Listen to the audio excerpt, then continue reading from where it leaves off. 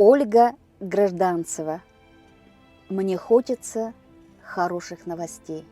Читает Эльвира Попова-Гамильтон. Мне хочется хороших новостей. Я больше не могу читать плохие.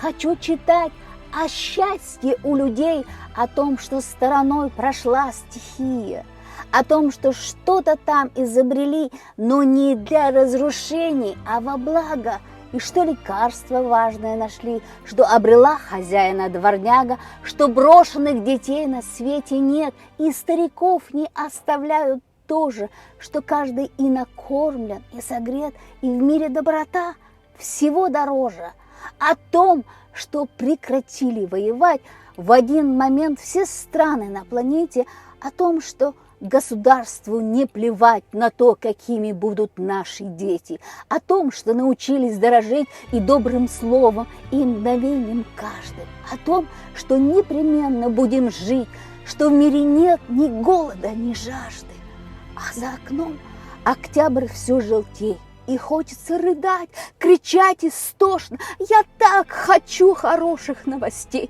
Мне от плохих который месяц тошно.